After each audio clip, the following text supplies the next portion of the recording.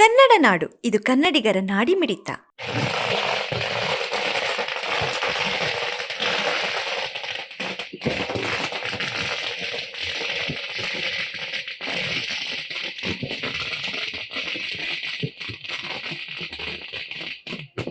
ಶ್ರೀಮತಿ ಲಕ್ಷ್ಮೀಮ್ಮ ಜನಾರ್ದನ ರೆಡ್ಡಿ ಅವರ 52ನೇ ಹುಟ್ಟುಹಬ್ಬದ ನಿಮಿತ್ತ ಈ ಒಂದು ಕಾರ್ಯಕ್ರಮವನ್ನು ಹಮ್ಮಿಕೊಳ್ಳಲಾಗಿದೆ. ನೂರಾರು ಸಂಖ್ಯೆಯಲ್ಲಿ ಆಗಮಿಸಿರ್ತಕ್ಕಂತಹ ಎಲ್ಲಾ ಕಾರ್ಯಕರ್ತ ಬಂಧುಗಳು ಹಾಗೂ ಬೆಂಬಲಿಗರು ಶ್ರೀಮತಿ ಲಕ್ಷ್ಮೀಮ್ಮ ಜನಾರ್ದನ ರೆಡ್ಡಿ ಅವರಿಗೆ ಹುಟ್ಟುಹಬ್ಬವನ್ನು ಶುಭಾಶಯ ಕೊಡ್ತಾ ಇದ್ದಾರೆ. ದಯವಿಟ್ಟು ಮುಗಿದವರು ಕೆಳಗಡೆ ಬಂದ್ಬಿಡಿ, ಸ್ಟೇಜಿಂದ ಬೇರೆಯವರಿಗೆ ದಾರಿ ಮಾಡ್ತಾರೆ. ಮುಗಿದವರು ಸ್ಟೇಜಿಂದ ಕೆಳಗಡೆ ಬಂದ್ಬಿಡಿ ದಯವಿಟ್ಟು. ನಮ್ಮ ಒಂದು ಮೆಹಂದಿ ಮತ್ತು ಇನ್ನಿತರ ಒಂದು ಡ್ರೈವಿಂಗ್ ಮೂಲಕದಲ್ಲಿ ಬಹಳ ಹೆಸರಾಗಿರುವ ನರೇಶ್ ಅವರು ಈ 3 ಸೀಸನ್ಗಳಿಗೆ ಒಂದು ಹೆಸರು ಬರ್ತಾ ಇದ್ದಾರೆ. ಅದೇ ಒಂದು ರೀತಿಯಲ್ಲಿ ನಮ್ಮ ಇನ್ನೊಬ್ಬ ಸಹೋದರಿ ದಾದಿ ಜೀವನದಲ್ಲಿ ಭಾಗವಾಗಿ ಮೊದಲಿಂದ ಕೂಡ ಅರುಣ ಅವರ ಜೊತೆಯಲ್ಲಿ ಕೈ ಜೋಡಿಸಿ ಕೆಲಸ ನಿರ್ವಹಣೆ ಮಾಡುತ್ತಿರುವ ಹಂಪಿ ರಮಣ ಅವರಿಗೆ, ಮಾಧ್ಯಮದ ಸ್ನೇಹಿತರಿಗೆ ಮತ್ತು ಈ ಕಾರ್ಯಕ್ರಮದಲ್ಲಿ ಭಾಗವಹಿಸಿ ತಮ್ಮ ಜೀವನವನ್ನ ಸ್ವಾವಲಂಬಿಗಳಾಗಿ ತಮ್ಮ ಕಾಲ ಮೇಲೆ ತಾವೇ ನಿಂತ್ಕೊಂಡು ಬದುಕಬೇಕು ಅನ್ನೋ ಒಂದು ಆಶಯದಿಂದ ಇದರಲ್ಲಿ ಪಾರ್ಟಿಸಿಪೇಟ್ ಮಾಡಿದಂತ ಎಲ್ಲ ನನ್ನ ಅಕ್ಕ ತಂಗಿಯರಿಗೆ ನನ್ನ ಹೃದಯಪೂರ್ವಕ ನಮಸ್ಕಾರ.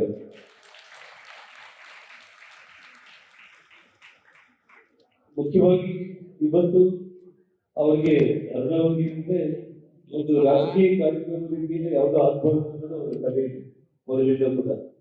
ಯಾಕಂದ್ರೆ ನಾವು ವಿಶ್ವಭಾರತಿಯನ್ನು ಪ್ರಾರಂಭ ಮಾಡಿದ್ದು 92ರಿಂದ ಒಂದು 34 ವರ್ಷಗಳಾಗಿದೆ. ಸುಮಾರು ನಾನು 25-26 ವರ್ಷ ವಯಸ್ಸು ಇದ್ದಾಗ ಪ್ರಾರಂಭ ಮಾಡಿರುವಂತ ಸಂಸ್ಥೆ.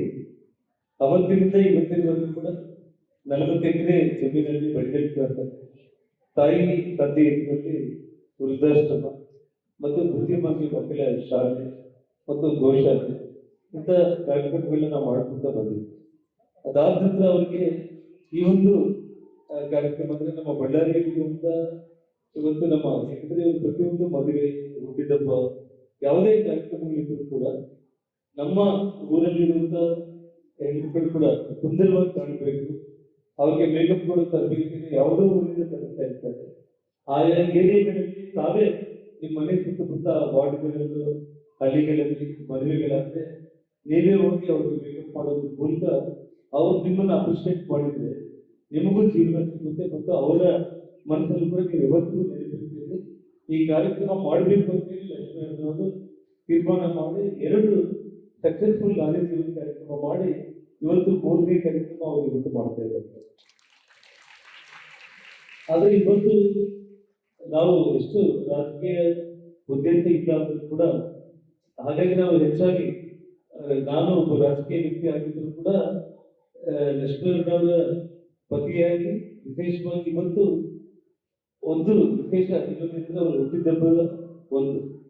2ನೇದು ಇವತ್ತು ನರೇಂದ್ರ ಮೋದಿಜಿಯವರು ನಮ್ಮ ಇಡೀ ಭಾರತ ದೇಶದ ಇತಿಹಾಸದಲ್ಲಿ ಚುನಾಯಿತ ಪ್ರಧಾನಮಂತ್ರಿಗಳಲ್ಲಿ ಅತಿ ಹೆಚ್ಚು ಕಾಲ ಪ್ರಧಾನಮಂತ್ರಿಯಾಗಿ ರೆಕಾರ್ಡ್ ಬ್ರೇಕ್ ಮಾಡಿರೋದು ಇವತ್ತೇ ಆಗಿದೆ.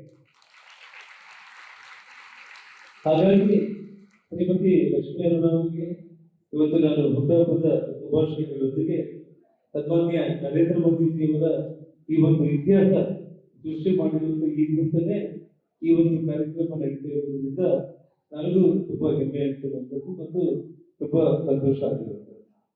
ಯಾಕಂದ್ರೆ ಹೆಚ್ಚು ಮಹಿಳೆಯರಿಂದ ಇರಬೇಕಾದ ಕೆಲವೊಂದು ಮಾತನ್ನ ನಾನು ಹೇಳ್ಬಿಡ್ತೀನಿ ನಾನು ಈ ಸಂದರ್ಭದಲ್ಲಿ. ನಾವು ಶ್ರೀಮಂತ ಕುಟುಂಬದಲ್ಲಿ ಹುಟ್ಟಿದವರಲ್ಲ, ತುಂಬಾ ಒಂದು ಸಾಮಾನ್ಯ ಒಬ್ಬ ಪೊಲೀಸ್ ಕಾನ್ಸ್ಟೇಬಲ್ ಮಕ್ಕಳಾಗಿ ನಾವು ಹುಟ್ಟಿ ಬೆಳೆದಿರುವಂತ. ವಿಧಿಯಲ್ಲಿ ಭಗವಂತ ಯಾರಿಗೆ ಏನು ಕೊಡಬೇಕು ಅಂತ ಇರುತ್ತೇನೋ ಅದನ್ನ ದೇವರು ನಮ್ಗೆ ಕೊಟ್ಟಿದ್ದಾರೆ, ನಾವು ಬೆಳೆದಿದ್ದೀವಿ ಅಂತಂದ್ರೆ. ನಮ್ಮ ತಂದೆ ಅವರು ಹೆಚ್ಚು ಕಡಿಮೆ ನಾನು 21-22 ವಯಸ್ಸಿನ ಸಂದರ್ಭದಲ್ಲಿ ಅವರು ತಿಳ್ಕೊಂಡು ಹೋಗ್ತಾರೆ, ರಿಟೈರ್ಡ್ ಆದ್ಮೇಲೆ. ನಮ್ಮ ತಾಯಿ, ನಾವು 3 ಅಣ್ಣ ಒಬ್ಬ ಅಕ್ಕ, ನಮಗೆ ನಾವು 4 ಮಂದಿ ಇದ್ರು ಕೂಡ 3 ಕೂಡ ಜಾಬ್ ಇದ್ದಿಲ್ಲ, ಜಸ್ಟ್ ಓದ್ಕೊಟ್ಟಿದ್ವಿ ಅಷ್ಟೇ. ಇನ್ನು ನಾನು ಯಾವುದೇ ಕಾರಣಕ್ಕೂ ಕೂಡ ಒಬ್ಬರು ಕೆಲಸ ಇರಲಿಲ್ಲ. ತಂದೆ ಪೆನ್ಷನ್ ಅಲ್ಲಿ ಮತ್ತು ಒಂದಿಷ್ಟು ಹೊಲ ಕೆಲಸ ಮಾಡಿ ತಂದೆಯವರು 3 ಸಾಕುವಂತ ಒಂದು ಸ್ಥಿತಿ ಅವ್ರು ತೀರ್ಕೊಂಡು ಹೋದ ತಕ್ಷಣ ನಮಗೆ ಧೈರ್ಯ ತುಂಬಿ ಜೀವನದಲ್ಲಿ ಏನ್ ಬೇಕಂದ್ರೆ ಸಾಧಿಸಬಹುದು ಅಂತ ಹೇಳಿ ಆ ಸ್ಫೂರ್ತಿಯನ್ನು ಕೊಟ್ಟಿದ್ದು ನಮ್ಮ ತಾಯಿ. ಅವರಿಗೆ ಹೆಚ್ಚು ವಿದ್ಯಾಭ್ಯಾಸ ಇದ್ದಿಲ್ಲ ಅವರು, ಆದ್ರೆ ಭಗವಂತ ಅವರಿಗೆ ಕೊಟ್ಟಿರೋ ಧೈರ್ಯ, ಬುದ್ಧಿವಂತಿಕೆ, ಅದರಿಂದಲೇ ನಾವೊಂದು ಸ್ಫೂರ್ತಿಯಾಗಿ ಇವತ್ತು ಈ ಮಟ್ಟಕ್ಕೆ ಇದೀವಿ ಅಂತಂದ್ರೆ ಅದಕ್ಕೆ 100ಕ್ಕೆ 100 ನಮ್ಮ ತಾಯಿ ವಿಪುಣಮ್ಮ ಅವರು. ನಾನು ನಿಮ್ಮೆಲ್ಲರಲ್ಲಿ ಆ ತಾಯಿಯನ್ನು ನೋಡಿ ನಾನು ಕೊಡ್ತಾ ಇದ್ದೀನಿ. ಎರಡನೇದಾಗಿ ನನ್ನ ಧರ್ಮಪತ್ನಿ ಲಕ್ಷ್ಮೀ ಅರ್ಧ ಅವರು. ತಮ್ಮೆಲ್ಲ ಗೊತ್ತಿರುವಂತ ರೀತಿಯಲ್ಲಿ ರಾಜಕೀಯವಾಗಿ ಮತ್ತು ಆರ್ಥಿಕವಾಗಿ ದೊಡ್ಡ ಮಟ್ಟದಲ್ಲಿ ನಾವು ಬೆಳೆಯುವಂತ ಸಂದರ್ಭದಲ್ಲಿ ಸಹಜವಾಗಿ ದ್ವೇಷ, ಅಸೂಯೆ ಅನ್ನೋದು ಎಲ್ರಿಗೂ ಬಂದಿರೋದು. ಸಾಕಷ್ಟು ಮಂದಿ ರಾಜಕಾರಣಿಗಳು ದ್ವೇಷದಿಂದ ದಿಲ್ಲಿ ಮಟ್ಟದಲ್ಲಿ ರಾಜಕಾರಣ ಮಾಡಿ ನನ್ನನ್ನು ಜೈಲಿಗೆ ಹಾಕಿ 4 ವರ್ಷ ನಾನು ಜೈಲಲ್ಲಿ ಇದ್ದಾಗ ಇಬ್ಬರು ಚಿಕ್ಕ ಮಕ್ಕಳನ್ನ, 9 ವರ್ಷದ ಮಗ, 14 ವರ್ಷದ ಮಗಳನ್ನ ಇಬ್ಬರನ್ನ ಜೋಪಾನ ಮಾಡಿ ಮನೆ ಕಾಂಪೌಂಡ್ ಇಂದ ಹಿಡಿದು ಬೆಂಗಳೂರುವರೆಗೆ ನಮ್ಮಲ್ಲಿ ಕೆಲಸ ಮಾಡ್ತಾ ಇರುವಂತ ಯಾವೊಬ್ಬ ಕೆಲಸಗಾರರನ್ನ, ಯಾಕಂದ್ರೆ 20-25 ವರ್ಷ ನಮ್ಮನ್ನ ನಂಬಿಕೊಂಡು ಕೆಲಸ ಮಾಡಿರುವಂತವ್ರನ್ನ ಒಬ್ಬರನ್ನು ಕೂಡ ಕೆಲಸದಿಂದ ತೆಗೆದಿಲ್ಲ.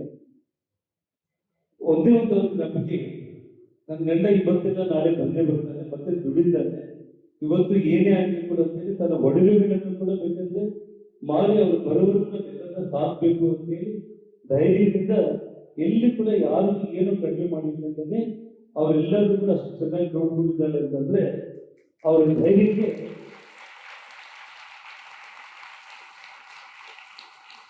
ಮೆಚ್ಕೋಬೇಕು. ಇನ್ನೊಂದು ವಿಷಯ ಏನಂತಂದ್ರೆ ಮಕ್ಕಳು ಯಾವತ್ತೂ ಹೆಲಿಕಾಪ್ಟರ್, ಯಾಕಂದ್ರೆ ಇಬ್ಬರು ಮಕ್ಕಳು ಬೊಂಬೆ ಸ್ಕೂಲಲ್ಲಿ ಹುಟ್ಟಿರೋದು. ಅವ್ರು ಹುಟ್ಟಿದ ತಕ್ಷಣ ಬರೀ ವಿಮಾನ, ಹೆಲಿಕಾಪ್ಟರ್ಗಳು ಸ್ವಂತ ಇದ್ದಿದ್ದು. ಅದರಲ್ಲಿ ಎಲ್ಲಿ ಹೋಗ್ಬೇಕಂದ್ರೂ ಕೂಡ ಸಣ್ಣ ದೇವಸ್ಥಾನಕ್ಕೆ ಹೋಗ್ಬೇಕಂದ್ರೂ ಕೂಡ ಹೆಲಿಕಾಪ್ಟರ್, ವಿಮಾನಗಳೆಲ್ಲ ಹೋಗಿ ಬರ್ತಾ ಇದ್ರು. ಆದ್ರೆ ನನ್ನ ಬಂಧನ ಆದ್ಮೇಲೆ ಅವ್ರ ಒಂದೇ ಒಂದು ನಿರ್ಧಾರ ಬಂದು ಅವ್ರನ್ನ ಹೆಲಿಕಾಪ್ಟರ್ ಹತ್ತಿಸ್ಲಿಲ್ಲ, ವಿಮಾನ ಹತ್ತಿಸ್ಲಿಲ್ಲ.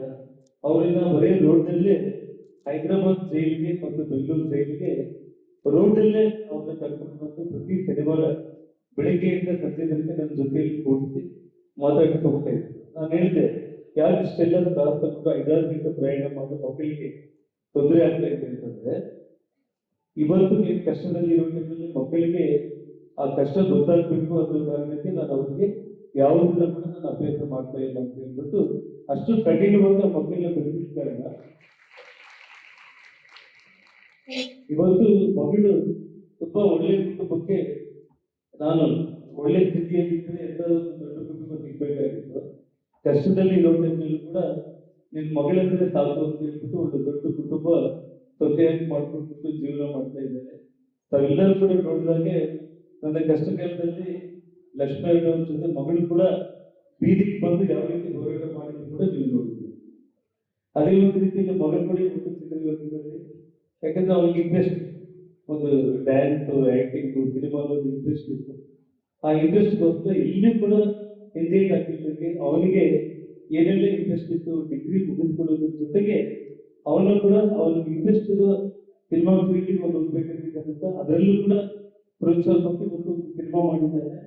ಇನ್ನ ಒಂದು 2 ಸಿನಿಮಾಗಳು ಈಗಾಗಲೇ ಪ್ರಾರಂಭ ಆಗುವ ಹಂತದಲ್ಲಿ ಇದೆ. ಆ 2 ಸಿನಿಮಾಗಳಿಂದ ಕೂಡ ಒಳ್ಳೆ ಹೆಸರು ಮಾಡ್ತಾರೆ. ಹಾಗಾಗಿ ಇಬ್ಬರು ಮಕ್ಕಳನ್ನ ಜೋಪಾನ ಮಾಡಿ ಇಷ್ಟೆಲ್ಲ ಕಷ್ಟ ಇದ್ರು ಕೂಡ ನಮಗೇನು ಚತುರ್ಭುಜ ಕಡಿಮೆ ಇದ್ದಿಲ್ಲ. ಅಷ್ಟು ಮಂದಿ ನಡುವೆ ಕೂಡ ಎಲ್ಲಿ ಕೂಡ ತಲೆ ತಗ್ಗಿಸಿಕೊಳ್ಳುತ್ತೇನೆ. ಇವತ್ತು ಒಬ್ಬ ಜನಾಧಿಪತಿಯಾಗಿ ನಾನು ಸಮಾಜದಲ್ಲಿ ಇವತ್ತು ನಾನು ಉಳ್ಕೊಂಡಿದ್ದೀನಿ ಅಂತಂದ್ರೆ ಅದಕ್ಕೆ ಕಾರಣ ನನ್ನ ಶ್ರೀಮತಿ ಲಕ್ಷ್ಮೀ ಅವರು. ಹಾಗಾಗಿ ಇವತ್ತು ಅವರ ಹುಟ್ಟುಹಬ್ಬದ ಒಂದು ಪ್ರಯುಕ್ತ ಈ ಕಾರ್ಯಕ್ರಮದಲ್ಲಿ ತಾವೆಲ್ಲರಿಗೂ ಏನ್ ಪಾಲ್ಗೊಂಡಿದ್ದೀರಲ್ಲ, ನಾನು ತಮ್ಮಲ್ಲಿ ಇಷ್ಟೇ, ನಾನು ಭಗವಂತನಲ್ಲಿ ನಿರಂತರ ಒಳ್ಳೆ ಪ್ರಾರ್ಥನೆಯನ್ನು ಮಾಡಿ ಮಕ್ಕಳನ್ನ ಎಲ್ಲಿ ಕೂಡ ನೆಗ್ಲೆಕ್ಟ್ ಮಾಡ್ಲಿಕ್ಕೆ ಹೋಗ್ಬೇಕು. ಯಾಕಂದ್ರೆ ನೀವು ದುಡಿಯೋ ಆತುರದಲ್ಲಿ ಮಕ್ಕಳು ಸ್ಕೂಲ್ಗೆ ಹೋಗ್ತಾ ಇದ್ದಾರೆ. ಇವತ್ತು ನಾಲೆಜ್ ಸಂಕಲ್ಪ ಹೇಗೆ ಬರುತ್ತೆ ಅಂತ ಇವತ್ತು ತಮ್ಮಲ್ಲಿ ಹಂಚಿಕೊಳ್ಳಲು ಇಚ್ಛಿಸುತ್ತೇನೆ. 2023ರಲ್ಲಿ ಅತ್ಯವಸರ ಪರಿಸ್ಥಿತಿಯಲ್ಲಿ ಇಲ್ಲಿ ನಾನು ಅಭ್ಯರ್ಥಿಯಾಗಿ ನಿಂತುಕೊಳ್ಳಬೇಕು ಅಂತ ಜನಾರ್ದನ್ ರೆಡ್ಡಿ ಅವರು ಹೇಳಿರುವಾಗ ನಾನು ಜನಾರ್ದನ್ ರೆಡ್ಡಿ ಅವರ ಬಗ್ಗೆ ಒಂದು ಹೇಳಿದೆ. ನನಗೆ ಬಳ್ಳಾರಿಯಲ್ಲಿ ಯಾರು ಗೊತ್ತಿಲ್ಲ, ನಾನು ನಿನ್ನ ಶ್ರೀಮತಿಯಾಗಿ ಯಾವುದೋ ಒಂದು 10 ಸತಿ ನಿನ್ನ ಜೊತೆ ದೇವಸ್ಥಾನಕ್ಕೆ ಬಂದಿದ್ದೀನಿ, ಜನರ ಮುಂದೆ ಹೇಗೆ ಹೋಗ್ಲಿ ಅಂತ. ಆದ್ರೆ ಜನಾರ್ದನ್ ರೆಡ್ಡಿ ಅವರು ಮೊಟ್ಟಮೊದಲು ಒಂದು ಲಿಸ್ಟ್ ಕೊಟ್ಟಿದ್ದಾರೆ.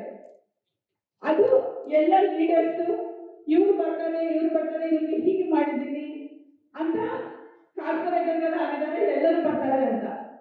ಎಲ್ಲರೂ ಕರೆದಿದ್ದೀನಿ, ಇದೇ ಹಾಲಲ್ಲಿ ಕರೆದಿದ್ದೀನಿ, ಎಲ್ಲರೂ ಬಂದಿದ್ದಾರೆ, ಮಾತಾಡಿದ್ದಾರೆ, ಮತ್ತೆ ಬಂದಿಲ್ಲ. ಮತ್ತೆ ಜನಾರ್ದನ್ ರೆಡ್ಡಿ ಅವ್ರ ಕೊನೆಗೆ ಹೋದೆ ನಾನು. ಆವಾಗ ಜನಾರ್ದನ್ ರೆಡ್ಡಿ ಅವರು ಒಂದು ಮಾತು ಹೇಳಿದ್ದಾರೆ, ನಾವೇನು ಮಾಡಿರ್ತೀವೋ ಒಳ್ಳೆಯದನ್ನು. ನಾನು ಬಳ್ಳಾರಿ ನಗರಕ್ಕೆ ನಾನು ಉಸ್ತುವಾರಿ ಸಚಿವರಾಗಿದ್ದಾಗ ಇಡೀ ಬಳ್ಳಾರಿ ಜಿಲ್ಲೆಗೆ, ಅಖಂಡ ಬಳ್ಳಾರಿ ಜಿಲ್ಲೆಗೆ ನಾನು 7,000 ಕೋಟಿ ಅನುದಾನವನ್ನು ಕೊಟ್ಟಿದ್ದೀನಿ.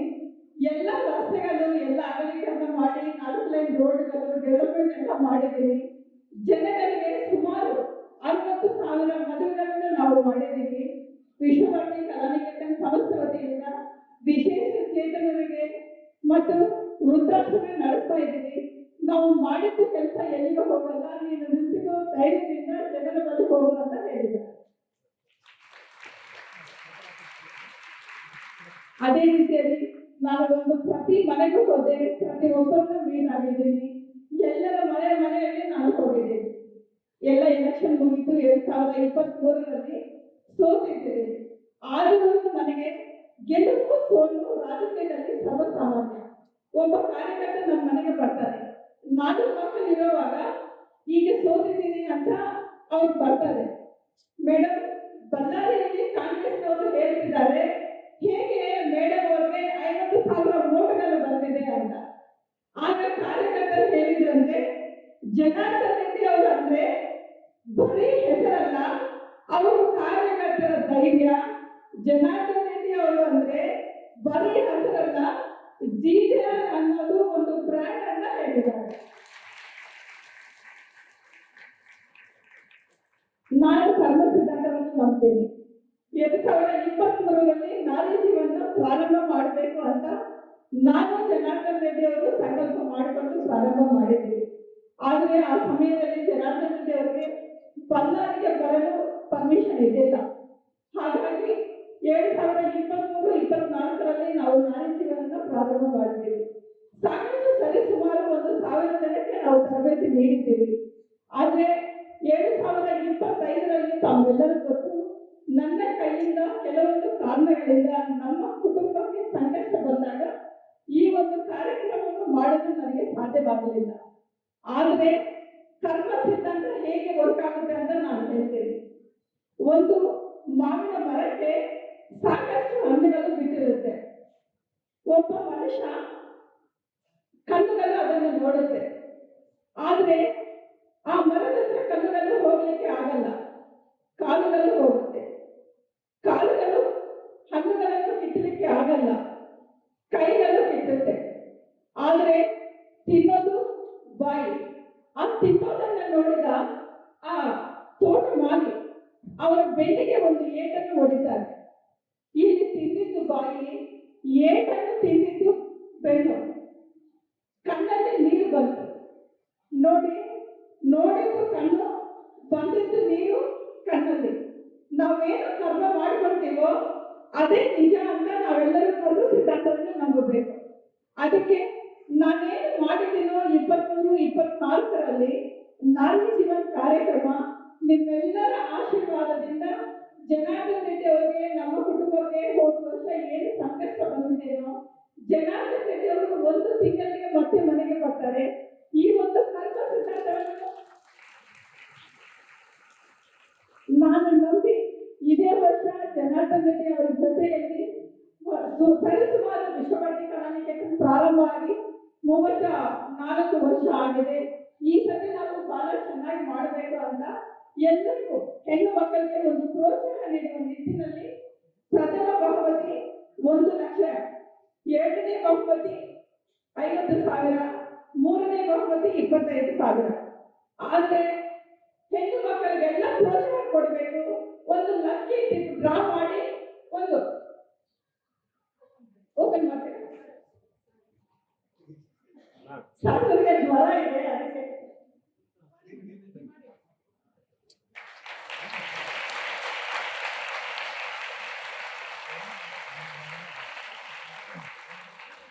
ಇಲ್ಲಿ ಬಂದಿರುವ ಹೆಣ್ಮಕ್ಕಳು ಎಲ್ಲರಿಗೂ ಒಂದು ಪ್ರೋತ್ಸಾಹ ಕೊಡುವ ನಿಟ್ಟಿನಲ್ಲಿ ಸ್ಕೂಟರ್ ಅನ್ನ ಲಕ್ಕಿ ಗಿಫ್ಟ್ ಮೂಲಕ, ಅದು ಯಾರು ಬರುವುದೇ ನಮ್ಗೆ ಗೊತ್ತಿಲ್ಲ, ಆದರೆ ನಿಮಗೆ ಪ್ರೋತ್ಸಾಹ ನೀಡಲೇಬೇಕು. ನಾಳೆ ಜೀವನದ ಪರವಾಗಿ ತಮ್ಮೆಲ್ಲರ ಜೀವನದಲ್ಲಿ ಬೆಳಕು ಬರ್ಬೇಕಂತ ನಾವು ಇವತ್ತು ಒಂದು ಹೊಸ ಕಾರ್ಯಕ್ರಮಕ್ಕೆ ನಾವೇ ನೀಡಿದ್ದೀವಿ ಬಂಧುಗಳೇ.